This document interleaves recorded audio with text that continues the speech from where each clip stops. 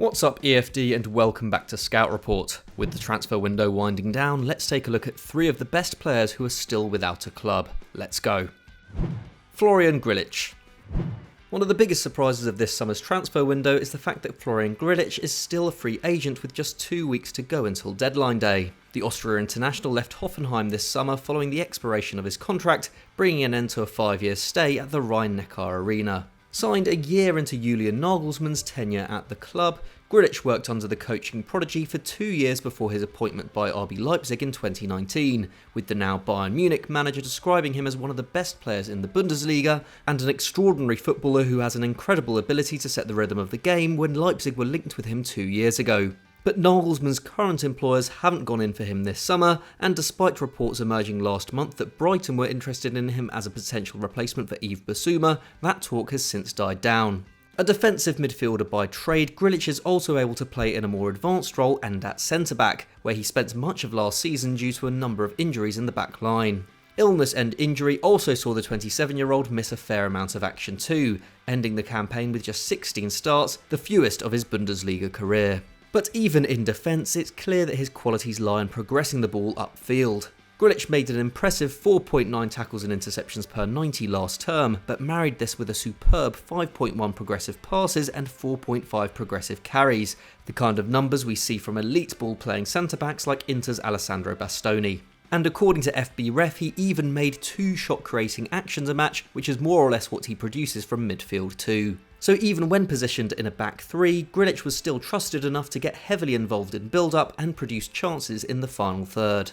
A strong and quick player, Grillitsch is fast to spot danger and has a penchant for a well-timed slide tackle, so as well as being an effective defensive shield, he is satisfying to watch. And he's hard to get off the ball once in possession too. Though he rarely takes on opponents one-on-one, his confidence on the ball means he can drive the team forward with ease. In 2020-21, when he played predominantly in midfield, he carried the ball forward towards goal 174 yards per game on average, a figure that ranked him in the top 5% of players in his position that year. And on the rare occasion that he was challenged, he would often prove more than adept at keeping the ball, completing 83% of his take-ons. A tough tackling, press-resistant midfielder who has received an excellent football education and is tactically accomplished enough to play in 3 positions, it really is baffling why no one has snapped up Grillitsch. While some reports have stated that his salary demands have been too much for some suitors, namely Fiorentina and Galatasaray, he would surely be in the budget for, say, Man United, who are desperately seeking a deep-lying midfielder as the window winds down. Andrea Belotti. There only seems to be one club Andrea Belotti has his eyes on as the summer draws to a close, and that's Roma, with the former Torino striker willing to wait on the Giallorossi amid offers from Galatasaray, Nice and Monaco if reports are to be believed.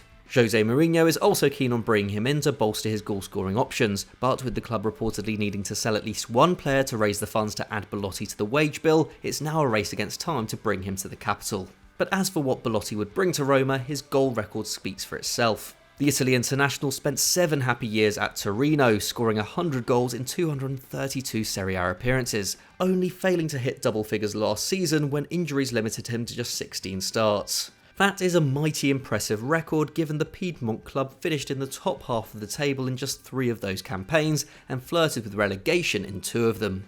And his underlying stats back up his output. Belotti takes 3.6 shots per 90, a figure that ranks him in the top 8% of strikers in Europe's top 5 leagues according to FB Ref, and above Erling Haaland and Dusan Vlahovic. He's a reliable finisher too, with Understats Analytics deeming him to have underperformed his expected goals by just 1.63 since his first appearance for Torino back in 2015. Granted, this is largely influenced by the fact he significantly overperformed his XG in 2016-17 when he famously hit 26 goals and 7 assists in the league, but he has more or less converted the chances created for him in the season since. And as a backup for the excellent Tammy Abraham, there are few if any options at the level of Belotti.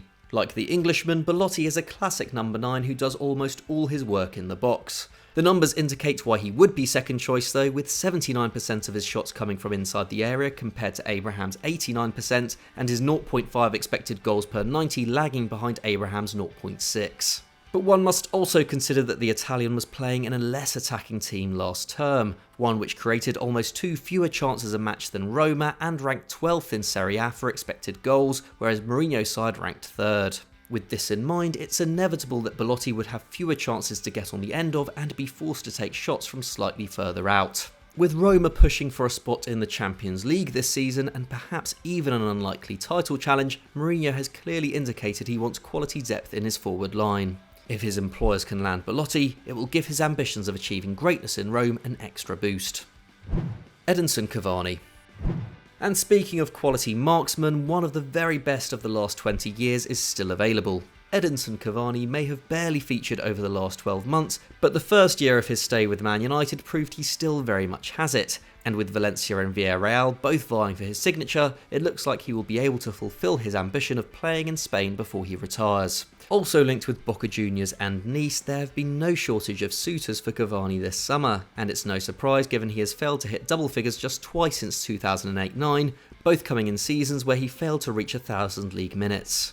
In 2020-21, the last season in which we got a real sample size from him, he found the net 17 times in 39 appearances in all competitions, and averaged a goal or assist every 99 minutes. He was no doubt running hot, with 29% of his shots and 67% of his shots on target ending up in the back of the net, the kind of conversion rate we don't even see from Lionel Messi, who has outperformed his expected goals consistently throughout his career and is arguably the finest finisher of his generation. It's no surprise to hear then that Cavani ranked among the top 10 players in Europe for both those shot conversion metrics, while few forwards were as adept as him at getting on the end of chances close to goal, with the former Napoli man taking his shots from 11 yards out on average. There is no guarantee, however, that Cavani will score with the same kind of efficiency in Spain, and while at his PSG peak the Uruguay legend was hitting 4.4 shots per 90, this halved to 2.2 at United.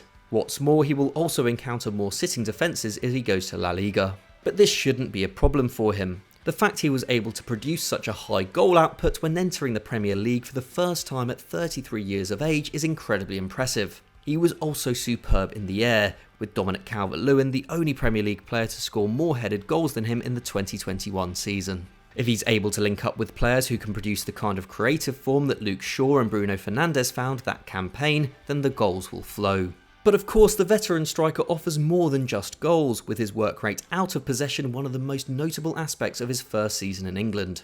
Only a 22-year-old Dan James topped him for pressures in the attacking third among teammates in the 2021 campaign, while he also ranked in the top 20% of forwards in Europe for tackles. Meanwhile, he also brings other attackers into the game with his movement and link-up play, while his 0.18 expected assists per 90 ranks him in the top 15% of players in his position. Wherever he goes, Cavani will offer invaluable experience and know-how in the final third, and is a guaranteed team player. And as long as he is fully fit, he does a lot of running for a player his age. Even if he only plays 15 to 20 games, there's no doubt his output can lift Villarreal or Valencia up the table. So those were our 3 free agents who could save your club's summer, but which of these players are you most surprised about still being on the market? Let us know in the comments. If you enjoyed this video, please leave it a like, and if you want to see more, why not click on screen right now. Thanks for watching, we'll see you next time.